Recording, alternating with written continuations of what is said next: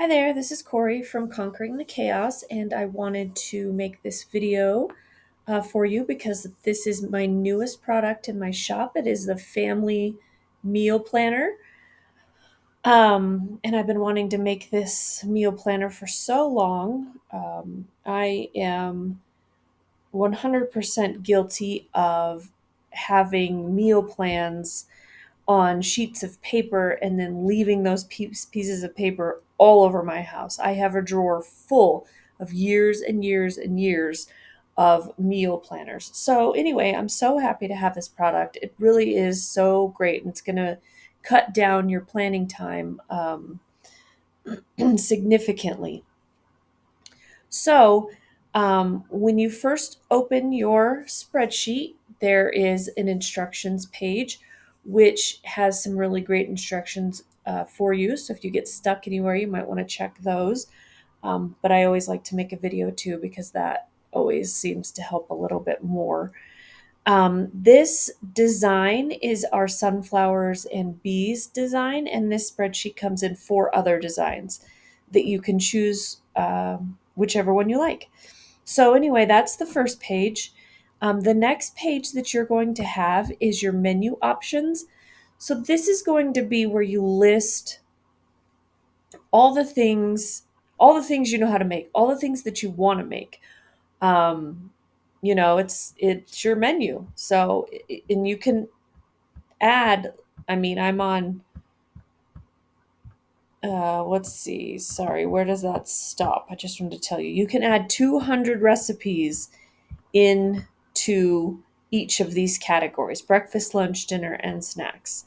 Um, so when you add them here, when you go to make your weekly meal plan, which is the next tab, all of the things that you put in this page right here will auto populate on your meal planning page.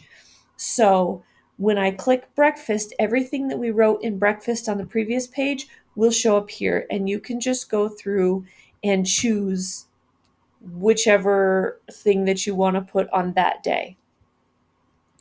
So then, you plan your lunches, dinners, and snacks the same way. Um, Once you've made your meal plan, the next 3 tabs are for shopping. So the shopping data page um, is like your grocery store. It's like everything that you can buy at the grocery store, not for this particular week, but in general, because on the next page, we're going to do the same thing. We're going to select from these items. So you can just start making this list and add to it and take away as needed. There's every section available that you could think of to put items in. So you can keep adding to this, and eventually you'll have a really great shopping list. The next page is the item selection. This is for this week. This is the things that you're going to need to cook and eat for this week. So over here on the left, we have links that will take you directly to the place in the spreadsheet where you can add those items. So if I want to add spices, I'm just going to click that and it's going to zip me on over to spices and herbs, and I can choose um, whatever I need from the store. And then you can go back to the beginning.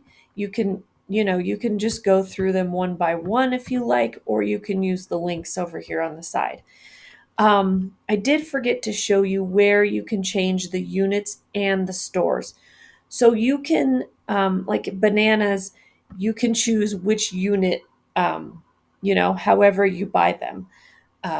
Pieces, um, grams, teaspoons, tablespoons, cups, what have you. And then you can also customize the stores that you shop at. So you can list all the stores that you shop at, and you can choose which store you're going to buy those things at. Um, in fact, let me just show you that right now. That's on the shopping data page over here far to the right. This is where you can customize those 2 categories. So let me go back to my item selection. So once you've completed your grocery list for the week, The next tab is your actual shopping list. You can print this out.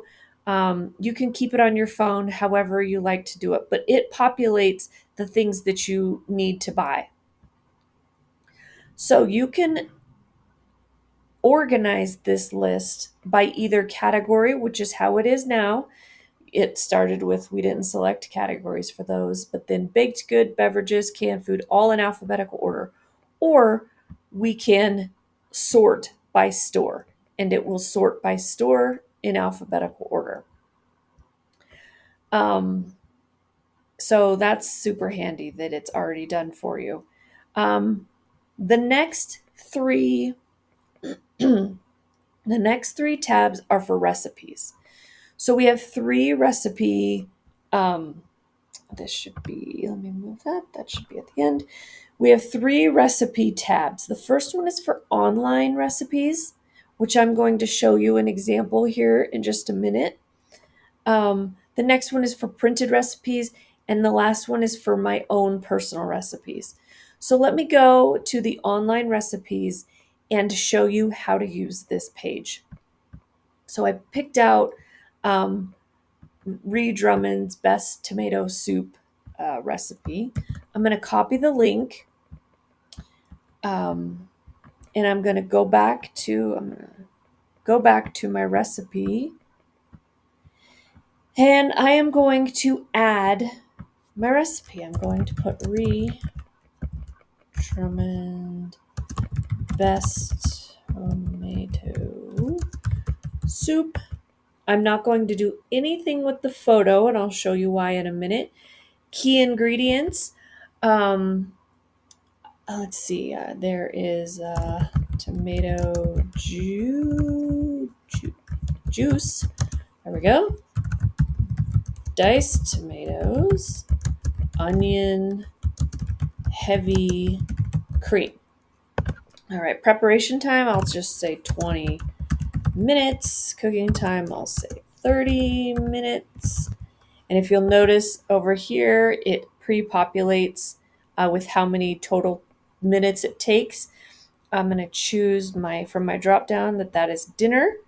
My link to my recipe, that's what I just grabbed. I'm going to put that there. And then I'm going to come back so that I can get a photo in here. I'm going to come back and I'm going to select a picture and I'm going to copy the image address. And I'm going to go back to my spreadsheet and I'm going to pop it on into the photo link page or section. And then there's our photo. It populates right from there. And you can write any notes that you want to. There's also, that could come in handy. So that's how you use the online recipe page. The next for the printed recipes, this is like if you have cookbooks or like me, hundreds upon hundreds of cutout recipes all in a drawer somewhere, not organized at all.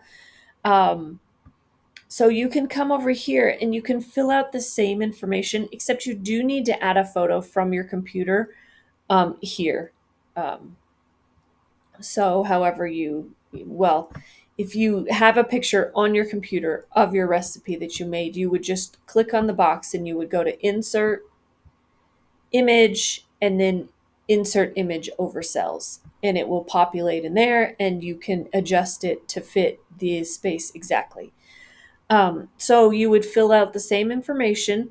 This is the key ingredients, the prep time, the cooking time. You would put the meal, and then you would put your source, like where it is in your house located, so that you can hopefully easily find it the next time that you want it. And then the last tab for recipes is your recipes. Say that you have a really great spaghetti sauce recipe that you have adjusted and you actually don't have it written down anywhere because it's just in your brain. This would be the place to get that down. And then that you would have it there forever.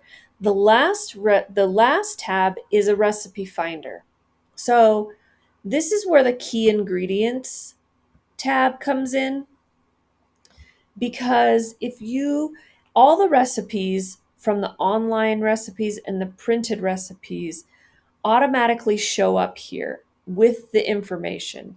Um, and the ingredients are those ingredients that you put in the key ingredients. See, here's my tomato soup: tomato juice, diced tomatoes, onion, heavy cream.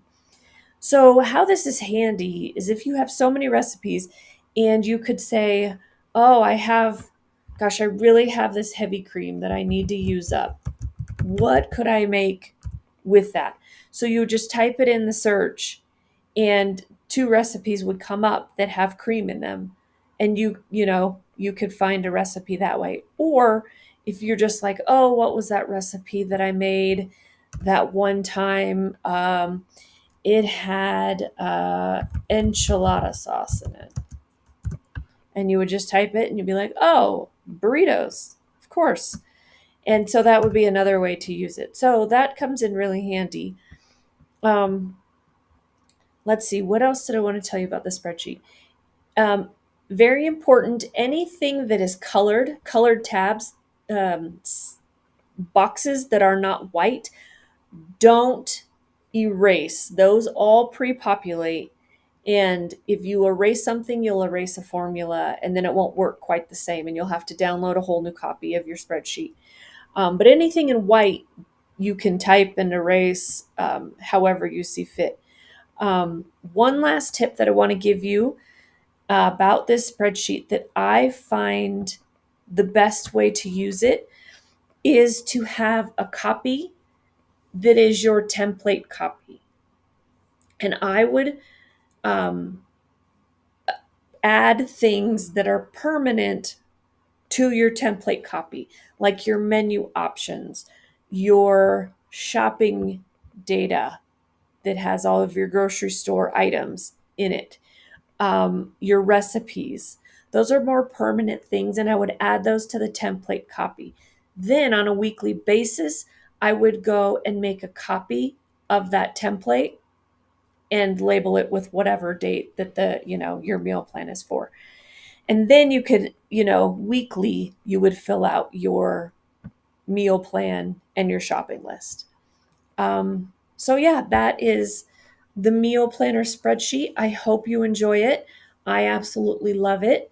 Now that I have my menu plan off of pieces of paper. If you have any questions at all, please don't hesitate to reach out, and I would be happy to answer those for you and or make a video to help clarify anything. Have a wonderful day.